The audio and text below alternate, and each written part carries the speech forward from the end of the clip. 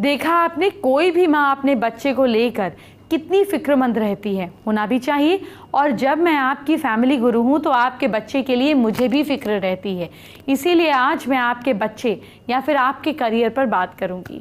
आज teachers day है, इस मौके पर अगर आपके करियर की बात नहीं होगी तो फिर कब करेंगे। आज मैं बताऊँगी कैसे आपका बच्चा पढ़ाई में टॉपर बनेगा। आपके बच्चे के लिए कौन सा करियर सही है ये आज पता चलेगा। आज मैं आपको इंटरव्यू और रिटन एग्जाम में पास होने का तरीका भी बताऊंगी। साथ ही हम शानदार नौकरी और करियर की बात भी करेंगे। शो की शुरुआत करने से पहले आपको सबसे पहले आज का पहला महा उपाय बता देती हूँ। शनि से बच्चे को परेशान हो रहे हैं, अगर शनिदेव की कोई दशा चल रही है, बच्चा परेशान हो रहा है, बच्चे के सिर से 3 बार आप एंटी क्लॉकवाइज उल्टा यानी कि उड़द की दाल के 4 बड़े बनाकर जो फ्राइड होते हैं सैटरडे के दिन क्रोस को खिला दीजिए। 7 सैटरडे ये उपाय कीजिए, सारे दोष खत्म हो जाएंगे। फैमिली गुरु की क्लास में आपका स्वागत है। आज मैं आपको बताऊंगी कि आप अपने बच्चे की हैंडराइटिंग देखकर कैसे उसके फ्यूचर के बारे में पता लगा सकते हैं। वो ऑफिसर बनेगा, हीरो बनेगा, पायलट बनेगा, स्पोर्ट्समैन बनेगा, पेंटर बनेगा या फिर साइंटिस्ट बनेगा। आपको उसकी हैंडराइटिंग से ये पता चल जाएगा। आइए जानते हैं कैसे। देखिए, अगर आपका बच्चा जो है वो बहुत ज़्यादा टेक्निकल माइंड का होगा, बहुत ज़्यादा टेक्निकल होगा, तो जैसे आपका बच्चा जब लिखेगा तो उसकी हैंडराइटिंग में इस तरह से आएंगे।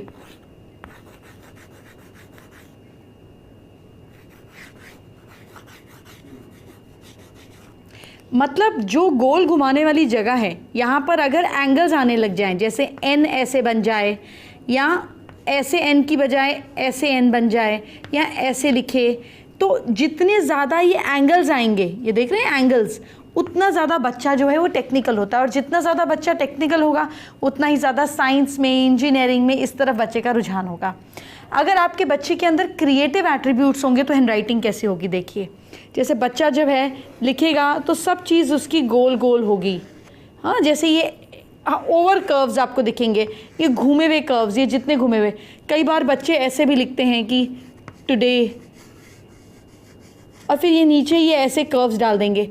जितना ज़्यादा कर्व होगा, जितना ज़्यादा राउंड होगा, कर्व होगा, इस तरह से हैंडराइटिंग होगी, उतने ज़्यादा बच्चे के अंदर क्रिएटिव परस्यूट ज़्यादा होंगे, उतना ज़्यादा बच्चा क्रिएटिव होगा, उसके अंदर क्रिएटिविटी उतनी ज़्यादा होगी। फिर कई बार बच्चे जो होते हैं वो इमोशनल होते हैं। इमोशनल बच्चों को साइकोलॉजी, सोशियोलॉजी, फिलॉसफी, इन फील्ड्स में बड़ा अच्छा रहता है जाना। उसकी क्या निशानी होती है, अगर आपका बच्चा ऐसे लिख रहा है, जैसे जंक लिखा, और अगर ये जितने ज़्यादा गोले गोले बनाएगा बजाय डॉट आई के, ये जितना ज़्यादा राउंड बनाएगा उतना ज़्यादा आपका बच्चा इमोशनल होगा। गोल गोल चीज़ यानी कि मून को रिप्रेजेंट करती है, और मून यानी कि हमारा मन। तो जितना हैंडराइटिंग में गोले गोले होंगे, चाहे डॉट्स हों चाहे कर्व्स हों, उतनी ज़्यादा इमोशनल क्रिएटिव परस्यूट्स के काम ठीक रहेंगे। जितना ज़्यादा एंगल होगा, एंगल मतलब ये देखिए तलवार की तरह है ना, पॉइंटेड, जितना ज़्यादा एंगुलर होगा उतना ज़्यादा बच्चे के अंदर शार्पनेस होगी, जैसे तीखापन होगा। तीखापन मतलब लॉजिक का तीखापन होता है, एनालिसिस का तीखापन होता है, काट देना चीज़ों को। तो बेसिकली ऐसे लोग इंजीनियर अच्छे बनते हैं, साइंटिस्ट अच्छे बनते हैं, डॉक्टर्स अच्छे बनते हैं, क्योंकि लॉजिक बिल्कुल टू द पॉइंट, काट के पॉइंट पर पहुंच जाना, सारा क्रैब हटा देना। और जितनी हम गोल गोल बातें करते हैं उतनी ज़्यादा क्रिएटिव परस्यूट ज़्यादा होते हैं। तो सिर्फ इस तरीके से भी आप देख कर अंदाज़ा लगा सकते हैं कि आपका बच्चा क्रिएटिव साइड पर ज़्यादा है, यानी कि आपका बच्चा राइट ब्रेन ज़्यादा है, आपका बच्चा इमोशनल, सेंसिटिव, पेंटर्स, एक्टिंग, ये वाले ट्रिब्यूट ज़्यादा हैं, या आपका बच्चा जो है वो लेफ्ट माइंडेड है, उसमें एनालिसिस, शार्पनेस, एम्बिशन, ये सारी क्वालिटीज़ ज़्यादा हैं। इससे देखकर आप अपने बच्चे को उसी फील्ड में अगर उसका मन है तो जाने दें। ऑपोजिट एग्जाम जब भी कराएंगे तो फिर हमेशा द्वंद्व होता है, जिससे बच्चों के अंदर एक कॉम्प्लेक्सेस डेवलप हो जाते हैं। आपका बच्चा जिसमें अच्छा है उसी में उसको आगे बढ़ाएं। आइए बात करते हैं आज की स्पेशल एस्ट्रो टिप का। आपके बच्चे के करियर के लिए बहुत ज़्यादा ज़रूरी है कि आपका बच्चा फोकस्ड हो। अपने बच्चे को जितनी जल्दी आप ध्यान में डालेंगे, ध्यान का मतलब ये नहीं कि आपका बच्चा वैरागी हो जाएगा या हिमालय पे चला जाएगा। अपने बच्चों को स्पेशल मेडिटेटिव या योगिक टेक्निक सिखाइए। जैसे भस्त्रिका करने से नेगेटिविटी बाहर निकलती है, आप यूट्यूब से चेक कर सकते हैं। आप और बच्चे मिलकर करिए। अपने बच्चों को त्राटक कराइए, जो कि एक सिंगल पॉइंट फोकस को देखना होता है कुछ देर के लिए, या कैंडल त्राटक कराइए, दिया त्राटक कराइए, जिससे आपके बच्चे फोकस्ड होते हैं और लाइफ में जो चाहते हैं वो पा लेते हैं। आइए, आपके बच्चे को नज़र लगी है तो उसको उतारने का आज का दूसरा महा उपाय क्या है ये बताती हूँ।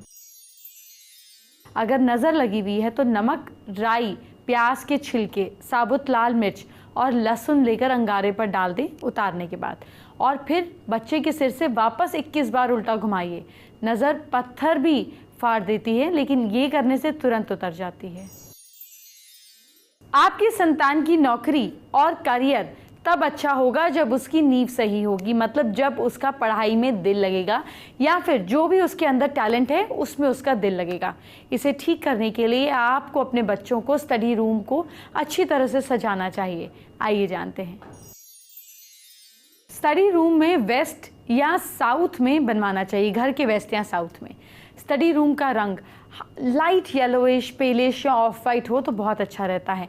आप ग्रीनिश भी दे सकते हैं अगर स्टडी रूम नॉर्थ या ईस्ट में है, क्योंकि बुध को शिक्षा का कारक माना जाता है। ज्योतिष के अनुसार बुध का रंग हरा है। स्टडी रूम में टेलीफोन, टीवी, डीवीडी जैसी चीज़ें नहीं होनी चाहिए, जिससे बच्चे का ध्यान भटकेगा। अगर स्टडी रूम में टॉयलेट या बाथरूम अटैच है तो उसका दरवाज़ा बंद रखें या फिर उस पर कर्टन लगा दें।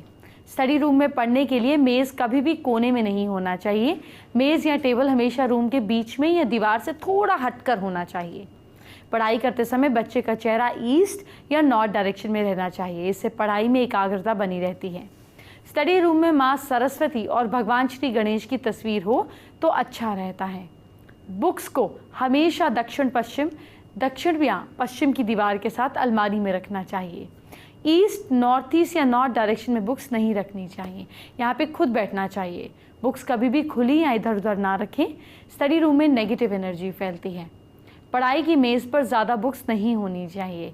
फेंग शुई के अनुसार स्टडी टेबल पर हम ये बोल सकते हैं एमेथिस्ट या क्रिस्टल का आप कोई कुछ भी एजुकेशन टॉवर भी रख सकते हैं, जिससे जीवन में आगे बढ़ने की प्रेरणा मिलती है। स्टडी टेबल के ऊपर पिरामिड भी लगा सकते हैं, इससे पिरामिड की दीवारों से ऊर्जा टकराकर पढ़ने वाले के सिर पर पड़ती है, जिससे उसकी याददाश्त बढ़ती है। लेकिन ध्यान रहे कि सारे उपाय तभी कारगर होंगे जब आप मन लगाकर पढ़ेंगे, क्योंकि मेहनत का कोई शॉर्टकट नहीं है। आप परेशान रहती हैं, है ना, रहती हैं कि बच्चा बड़ा होकर क्या बनेगा। मैं पूछती हूँ कि आपका बच्चा खा क्या रहा है, क्योंकि जब तक आपका बच्चा सही खाना नहीं खाएगा, उसका दिमाग और उसका शरीर कैसे सेहतमंद होगा, तो लाइफ में आगे कैसे जाएगा। चलिए आपको बताते हैं ग्रोइंग एज में बच्चों की डाइट कैसी होनी चाहिए। डाइट डेफिनेटली एक बहुत ही इम्पॉर्टेंट एस्पेक्ट है इन ग्रोथ ऑफ चिल्ड्रन, क्योंकि बढ़ते बच्चों की जो ग्रोथ होती है उसमें बहुत सारे चेंजेस आते हैं। जो टीनेज होते हैं, एडोलेसेंट होते हैं, जैसे उनके हार्मोन्स हो गए, उसमें चेंजेस आते हैं, उनकी स्किन में चेंजेस आते हैं, उनकी हाइट में, वेट में। तो ये सारी चीज़ों को देखते हुए अगर एक अच्छी डाइट उनको उस टाइम गाइडेंस मिले, प्रोवाइड की जाए, तो आगे आने वाले टाइम में वो एक हेल्दी एडल्ट में कन्वर्ट होंगे। जंक फूड अवॉइड करना चाहिए, क्योंकि इनमें सॉल्ट की कंसंट्रेशन बहुत ज़्यादा होती है।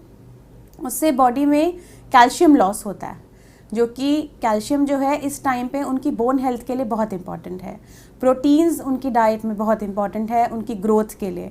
आयरन बहुत इंपॉर्टेंट है, जो कि अच्छी मात्रा में लेना चाहिए, जो ग्रीन लीफी वेजिटेबल्स में, फ्रूट्स में, होल सीरियल्स में, होल पल्सेस में ये ज़्यादा आयरन जो है पाया जाता है। आयरन के अलावा जिंक एक बहुत ज़रूरी फैक्टर है कि जिंक बॉडी में होना चाहिए, न्यूट्रिशन उसमें भी अच्छा होना चाहिए, उससे इम्यूनिटी इंक्रीज़ होती है। और एक पानी बहुत इम्पॉर्टेंट है। 2 से 3 लीटर आराम से पानी एक ग्रोइंग बच्चे को लेना चाहिए, ताकि जितने भी बॉडी के टॉक्सिन्स हैं वो रिलीज़ हो सके, फ्लश आउट हो सके बॉडी से।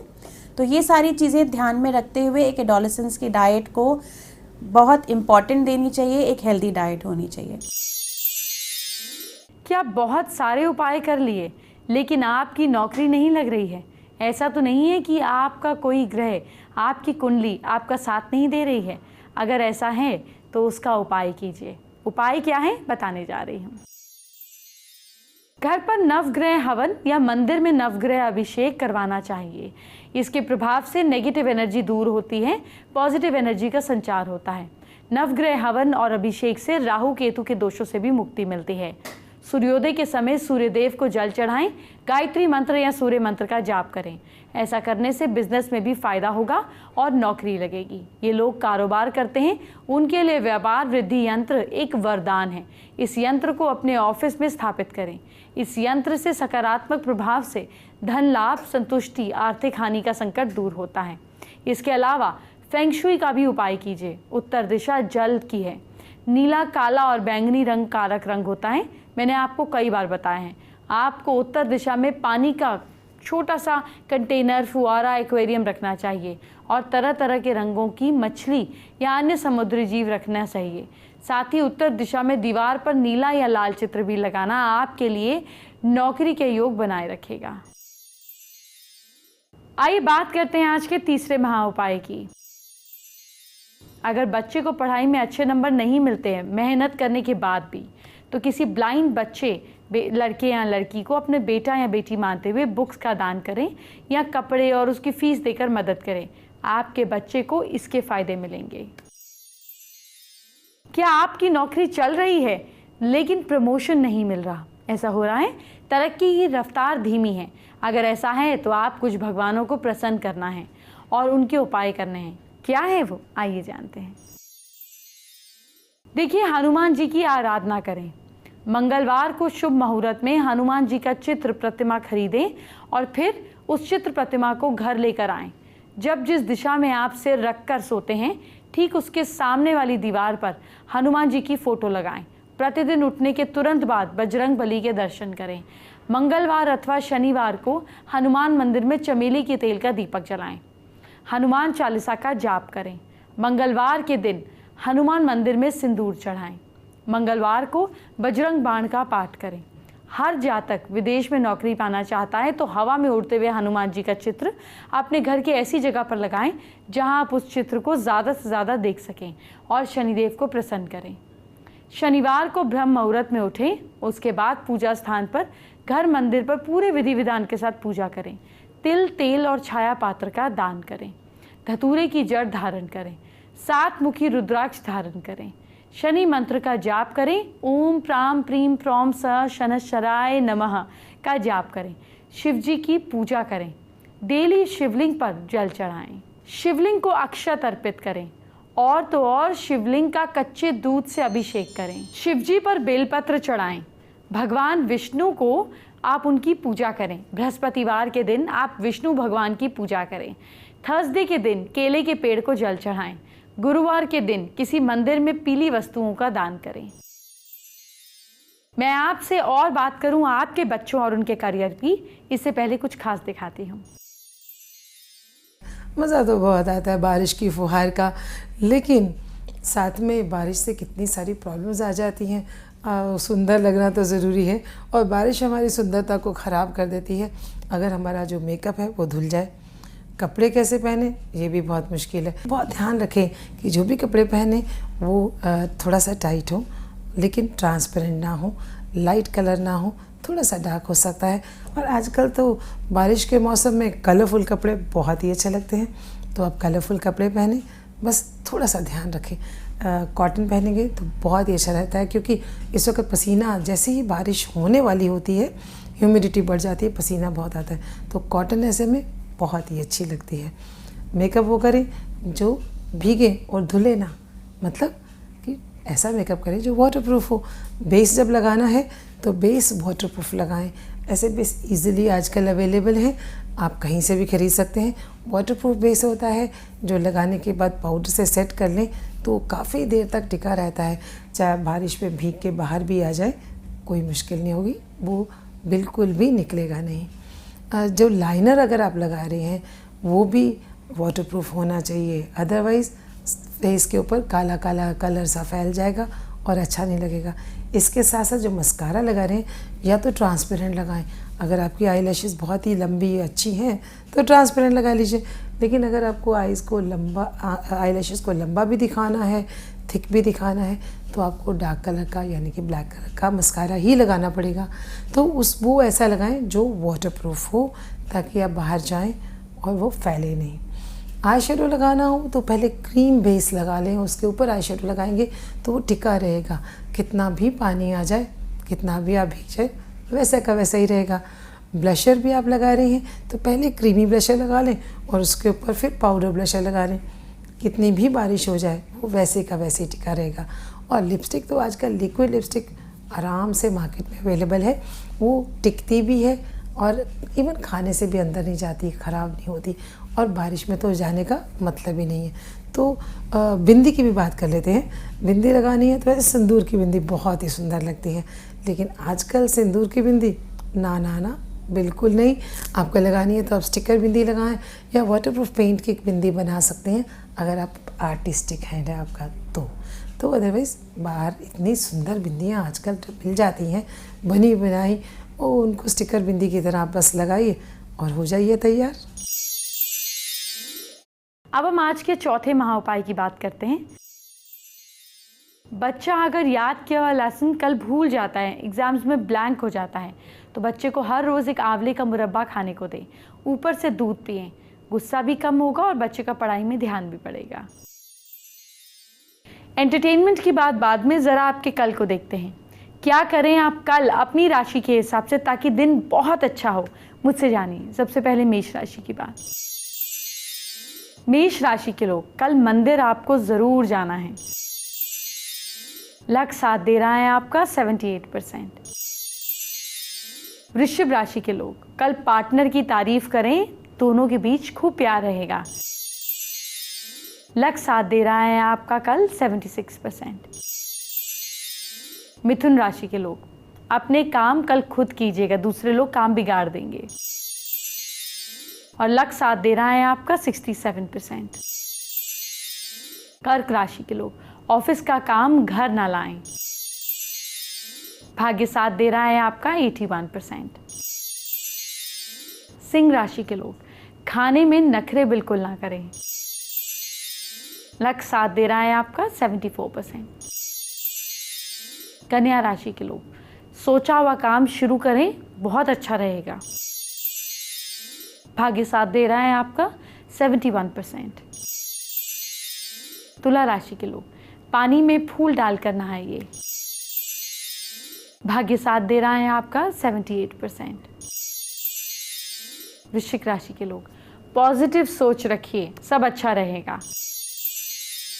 किस्मत साथ दे रही है आपका 69%। धनु राशि के लोग, बुजुर्गों को फल खिलाइए। लक साथ दे रहा है आपका 67%। मकर राशि के लोग, आप लोग लंच में दही जरूर खाइए। भाग्य साथ दे रहा है आपका 59%। कुंभ राशि के लोग, अपने चेहरे पर बेसन लगाइए। किस्मत साथ दे रही है आपका 75%। और मीन राशि के लोग, मिठाई को ना खाएं। भाग्य साथ दे रहा है आपका 65%। फेसबुक पर वर्षा पटेल ने हमारे साथ अपनी प्रॉब्लम शेयर की है।